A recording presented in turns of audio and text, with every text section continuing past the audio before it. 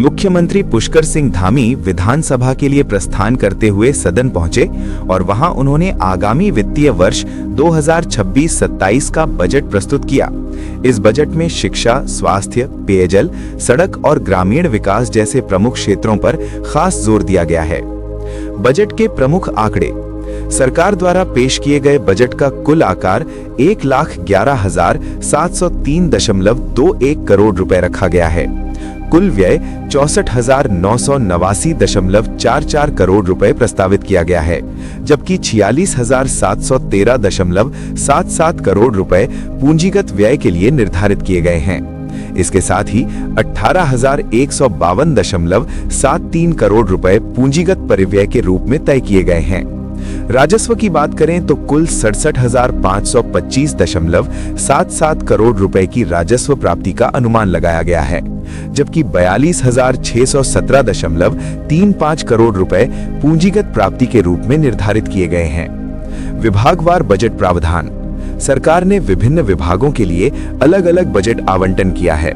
माध्यमिक शिक्षा विभाग के लिए 542.84 करोड़ रुपए, उच्च शिक्षा विभाग के लिए 146.30 करोड़ रुपए, तकनीकी शिक्षा विभाग के लिए 98.50 करोड़ रुपए का प्रावधान किया गया है। खेल विभाग को 69.94 करोड़ रुपए, चिकित्सा, स्वास्थ्य एवं परिवार कल्याण विभाग को 195.46 करोड़ रुपए दिए गए हैं। इसके अलावा पेयजल विभाग के लिए 1,827.91 करोड़ रुपए, आवास विभाग के लिए 291 करोड़ रुपए, शहरी विकास विभाग के लिए 1,401.85 करोड़ रुपए और ग्रामीण विकास विभाग के लिए 1,642.20 करोड़ रुपए का बजट तय किया गया है। वहीं ऊर्जा विभाग को 1,609.43 करोड़ रुपए और लोक निर्माण विभाग के लिए 2,501.91 करोड़ रुपए का प्रावधान किया गया है। आज 2026-27 का आय व्यय यहाँ पर बजट प्रस्तुत हुआ है। ये बजट कुल मिलाकर पहली बार हम लोगों ने 2022 से ये प्रयास किया कि जब भी हम बजट बनाएं तो बजट बनाने से पहले सभी लोगों से, जो हमारे हितधारक हैं, विभिन्न क्षेत्रों में काम करने वाले उद्योग समूह के लोग हैं, स्वयं सहायता समूह के लोग हैं, विभिन्न व्यापारी संगठनों के लोग हैं, जनप्रतिनिधि हैं, उन सभी की राय लेकर उन सभी के साथ बजट पूर्व संवाद स्थापित करें। वो बजट पूर्व संवाद हमने स्थापित किए थे कुमाऊं, गढ़वाल, देहरादून, सभी स्थानों पर, और उनकी जो राय आई थी, जो उन्होंने सलाह दी थी, हमने प्रयास किया कि उसको हम बजट में समाहित करें, बजट में उसको सम्मिलित करें। हर संभव हमारा प्रयास था। और माननीय प्रधानमंत्री जी के नेतृत्व में जो देश का बजट प्रस्तुत किया गया, उस बजट से भी प्रेरणा लेते हुए, उसी को आगे बढ़ाते हुए कि विकसित भारत के संकल्प को पूरा करने में विकसित उत्तराखंड का भी अपना योगदान हो। और ये जो बजट है, ये केवल एक आंकड़ों का या लेखा जोखा नहीं है, ये हमारे भविष्य का रोड मैप है। भविष्य में हम किस प्रकार से काम करने वाले हैं, किस दिशा में काम करने वाले हैं, किस प्रकार का उत्तराखंड हम बनाने वाले हैं, हम अपने महिलाओं के लिए इस बजट में किस प्रकार से उनको और आगे बढ़ाने के लिए और उनका प्रोत्साहन करने के लिए, सहायता करने के लिए जो प्रावधान हम कर सकते हैं, प्रावधान हमने इस बजट में किए हैं। नौजवान युवाओं को कौशल विकास से जोड़ते हुए अनेक गतिविधियां उनकी संचालित हो, शिक्षा भी हो उनका कौशल भी हो, और हर दृष्टि से वो रोजगार के क्षेत्र में भी आगे बढ़े और रोजगार केवल पाने वाले नहीं, रोजगार खोजने वाले नहीं, बल्कि आने वाले समय में वो रोजगार देने वाले बने। इस दृष्टि से भी इस बजट में प्रावधान है। साथ ही हमारे अन्नदाता, जो विकसित भारत के संकल्प में जिनका बहुत बड़ा योगदान होने वाला है, उस दृष्टि से भी, उसमें भी अन्नदाताओं के लिए विशेष रूप से इस बजट में हर दृष्टि से प्रावधान है और एक अच्छी राशि इसमें जो है नियत की गई है। इसी प्रकार गरीबों के लिए, समाज के जो अंतिम छोर में रहने वाले लोग हैं उन सभी को इस बजट से मदद मिले, उनको सहायता मिले, विकास आगे बढ़े, उस दृष्टि से प्रयास किया गया है।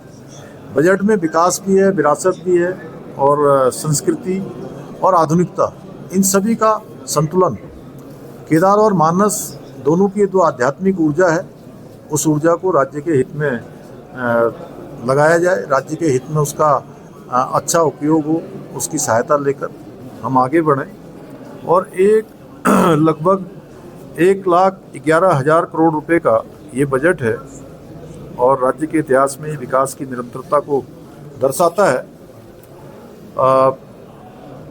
राज्य गठन के समय हमारी जो जीएसडीपी थी उसका आकार लगभग 14,500 करोड़ का था, जो वर्तमान में लगभग 3,81,000 करोड़ रुपए अनुमानित हो गया है और राज्य की आर्थिकी में राज्य गठन से लेकर अब तक 26 गुना से अधिक की वृद्धि हुई है, जो अपने आप में राज्य का अनवरत रूप से जो विकास आगे बढ़ा है उसको भी दर्शाता है।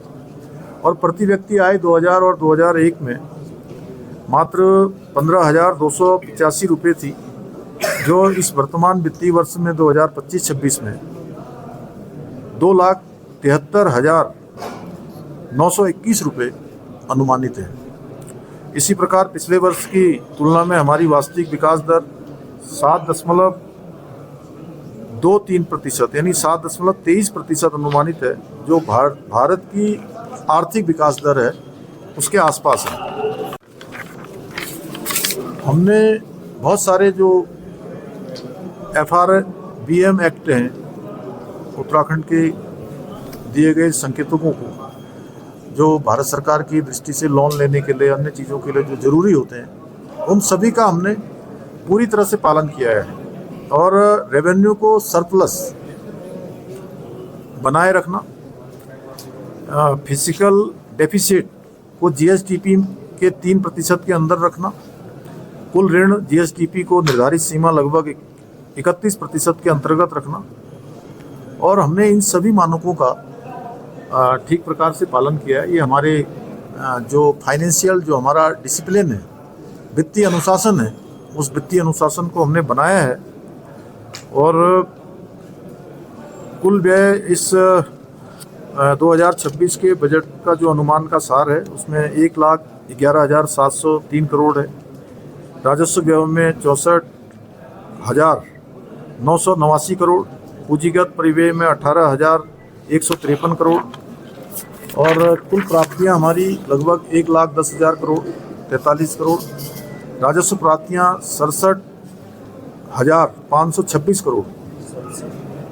राज्य का राजस्व कर 43,327 करोड़ और करेतर राजस्व है 24,198 करोड़।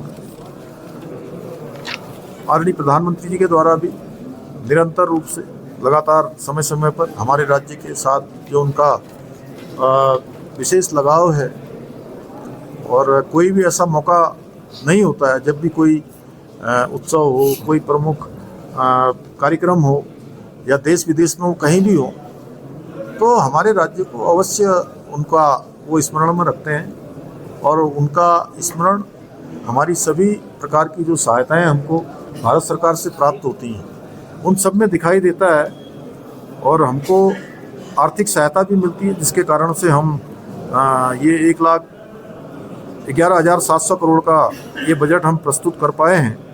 और इस बजट में भारत सरकार ने जो केंद्रीय करों में राज्य के अंश के अंतर्गत लगभग 17,400 करोड़ रुपए और केंद्र सरकार से प्राप्त होने वाली केंद्रीय योजनाओं के अंतर्गत लगभग 18,451 करोड़ की प्राप्ति सम्मिलित है। इसमें प्रमुख केंद्र पोषित योजनाओं में भी प्रावधान किया गया है।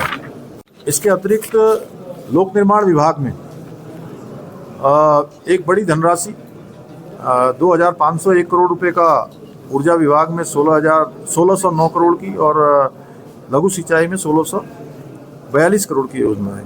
इसके अतिरिक्त इस बजट के माध्यम से कई नई योजनाएं भी हम राज्य के अंदर प्रारंभ कर रहे हैं और विशेषकर इस वर्ष के समाप्ति पर 2027 जैसे इसी वित्तीय वर्ष के अंतर्गत वर्ष 26-27 में 27 के प्रारंभ में मकर संक्रांति के दिन से हमारे राज्य के अंदर कुंभ मेला प्रारंभ होगा।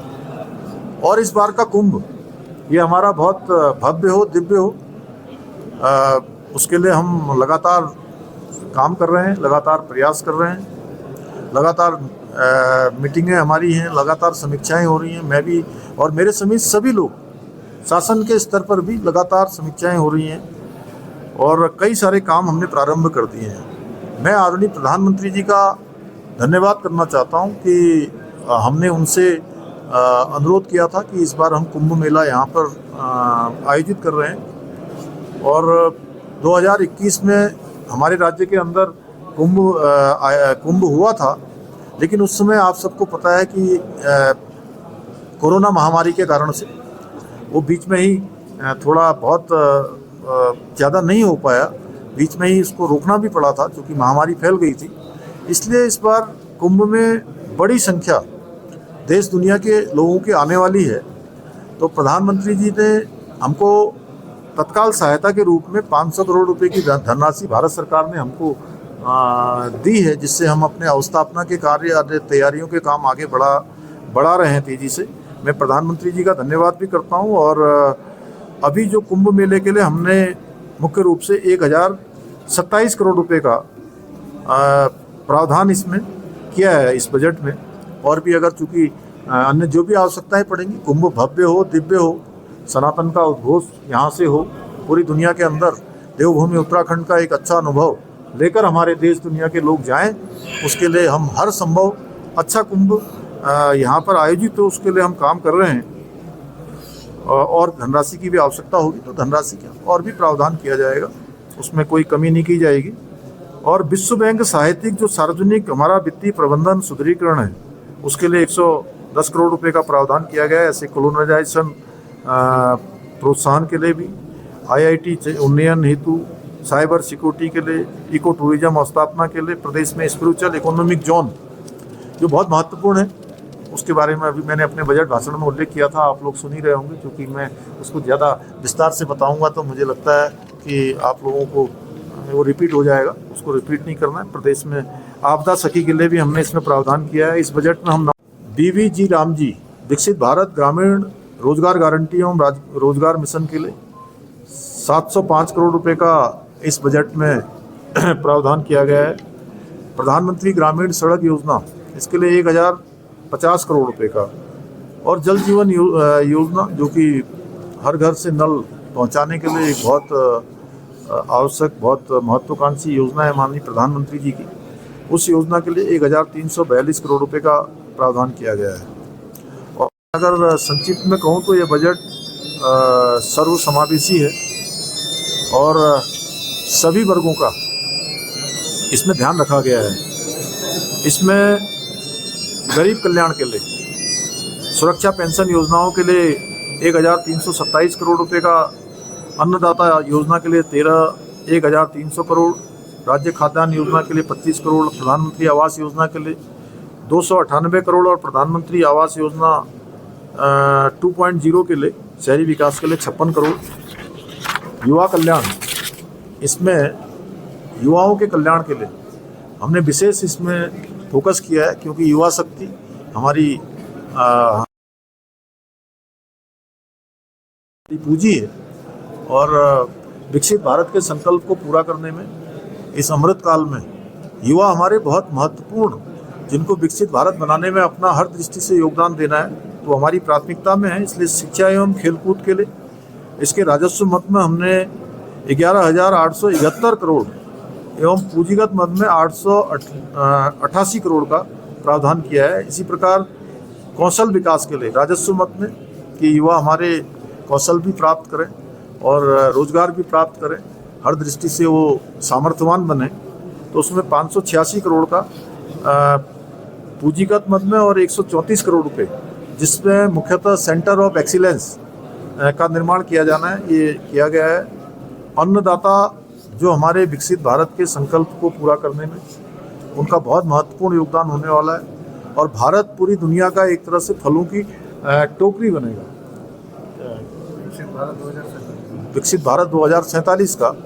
तो उसके लिए राजस्व मद में हमने 1113 करोड़ पूंजीगत मद में और राजस्व मद में 1113 करोड़ और पूंजीगत मद में 342 करोड़ का प्रावधान किया गया है। पशुपालन, डेयरी, मत्स्य आदि में 815 करोड़ और पूंजीगत मद में 108 करोड़ रुपए इसमें भी रखा गया है। नारी शक्ति, चूँकि उत्तराखंड राज्य के अंदर हमारी नारी शक्ति का हर दृष्टि से राज्य को चलाने में भी और राज्य की जो अर्थव्यवस्था है उस व्यवस्था में भी उनका बहुत बड़ा योगदान है। आज पूरे राज्य के अंदर हमारी मातृशक्ति जहाँ अनेक प्रकार के उत्पाद बना रही है, स्वयं सहायता समूह चला रही है, छोटे छोटे काम करके अपनी पहचान बना रही है। हाउस ऑफ हिमालय ब्रांड, उसमें अनेक उत्पाद हमारी महिलाओं के हैं और उनके बनाए हुए उत्पादों को आज देश दुनिया में पहचान मिल रही है। हर दृष्टि से महिलाएं कठिन चुनौतियों के बाद भी आज आगे बढ़ रही हैं। इसलिए इस बजट में समर्पित रूप से महिलाओं के कल्याण के लिए जो जेंडर बजटिंग है, अभी किसी मित्र ने मुझसे पूछा भी था अभी नीचे आते हुए आप ही में से कि एक बड़ा बजट इसमें रखा गया है, तो ये हमारी प्राथमिकता में है। मातृशक्ति, नारी शक्ति, मैं ये मानता हूँ कि जो प्रधानमंत्री जी ने बाबा केदार के धाम से उन्होंने उद्घोष किया था कि 21वीं सदी का तीसरा दशक उत्तराखंड का दशक होगा।